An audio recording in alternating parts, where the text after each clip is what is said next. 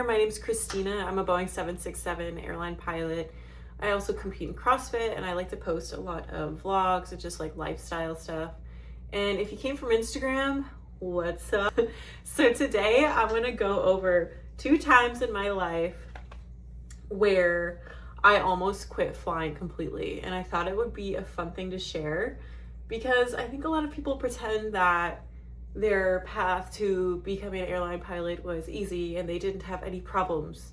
But you know, like anything else in life, you're gonna have your ebbs and flows.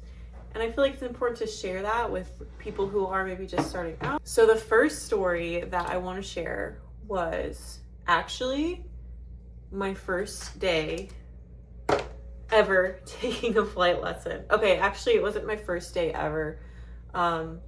My dad did take me up in his RV6 for one lesson. Well, I went up in his plane like a few times prior, just like as a passenger when I was a kid. And then when I went to this flight school, I guess they thought that I would be ahead because I had gone up a lot with my dad, but I didn't necessarily have any lessons under my belt because I had just decided that I wanted to learn how to fly. So my very first day, and I feel like this experience specifically actually has made me such a good flight instructor because it's something like looking back at it in hindsight, I'm like, I probably would not do this to my student.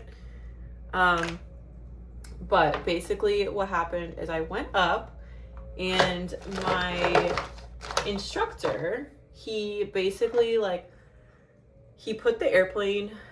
Okay, so we went to the practice area and it was my first lesson with him. And I was actually his first student, which is crazy too. So my first lesson, his first day as a flight instructor, which looking back to I don't know if that's the perfect match. I don't know if that really makes sense, but whatever. So we go up, we go to the practice area, and he basically does a few maneuvers. I think we honestly did all of the maneuvers in one day. I think we did steep turns. God, this is so long ago. This would have been 2017. So we did all the maneuvers, and then he puts me into a stall and then tells me to recover us. And I had never been in a stall. I actually have been in I've done some aerobatic maneuvers with my dad, but not when I was flying. So I wasn't actually scared of the stall, but I really didn't know what to do. And he just kept telling me recover us, recover us, recover us. And I'm like, I don't know what to do. Eventually I kind of figured it out. But I guess he had assumed that I would have already read all the manuals and the procedures and stuff like that. But it was my first day, so we didn't really have a pre-brief either, and I wasn't expecting it. And so I just felt stupid. It wasn't the fact that he put me into a stall, it was just the fact that I felt really dumb, I should have known what I was doing, all of that. So I remember sitting in my little car. Oh my gosh, this is such a I haven't even thought about this story in so long. So there I was sitting in my little car in the flight school, and I remember one of my friends, she was she was my roommate actually at the flight school, and she saw me crying in my car, and she came up to me and she was like, it's fine. She's like, I can't believe you did a stall on your first day, blah blah blah, you're gonna be fine.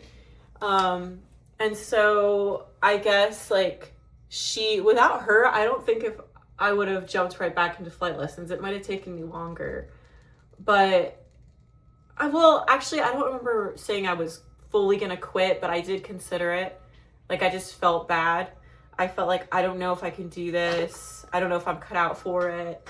But after that, I really did get the hang of things, and I figured out how to study and come prepared on my own. And so even if my instructor didn't tell me exactly what we're doing, I already had the outline of the program.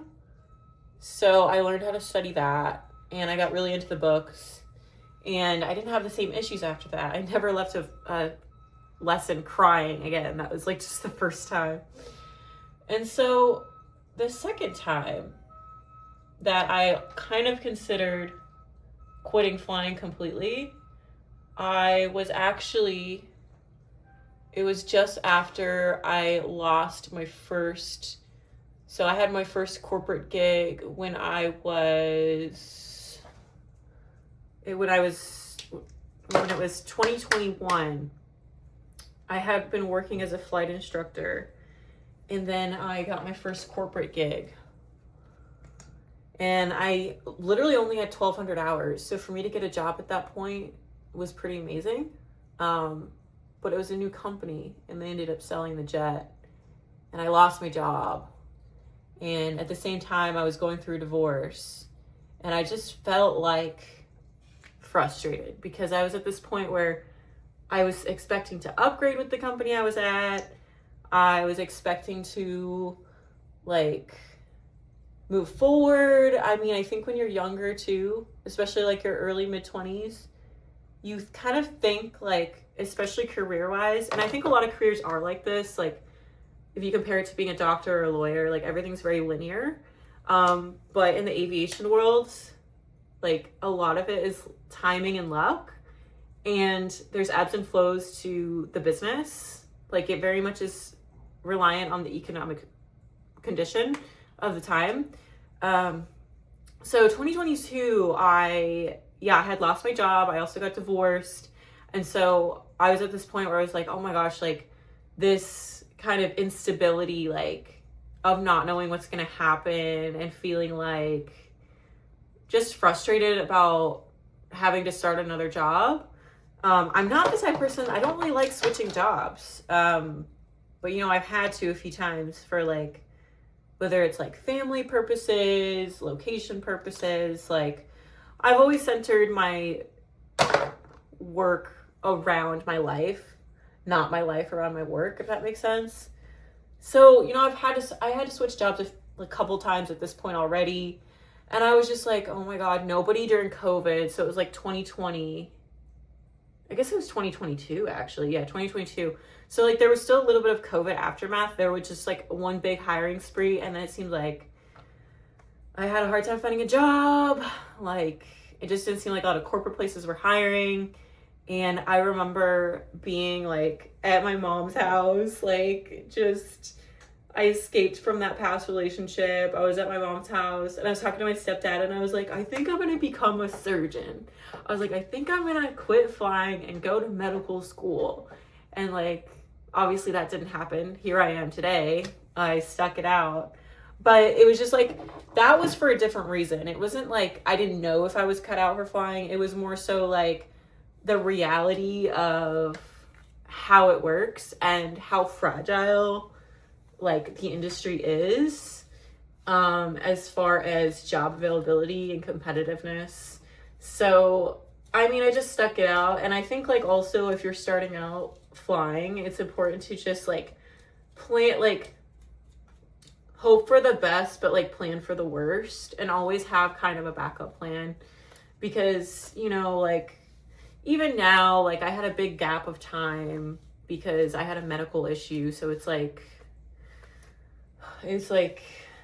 life will throw things at you, and if you can't fly or you can't find a job, or like even with what happened with like the Spirit people, I mean, that was a couple years ago, that was like the best probably schedule you could get as a Florida based pilot, and like things have obviously changed for those people.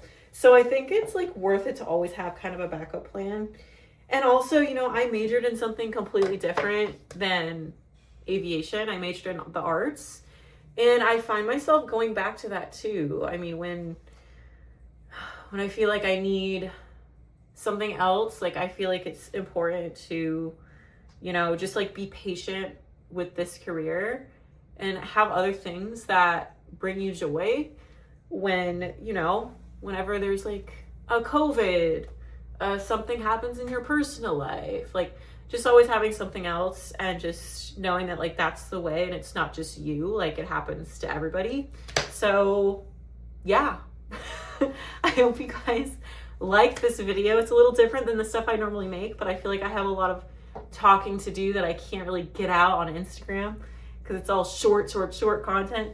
So yeah, if you guys want to see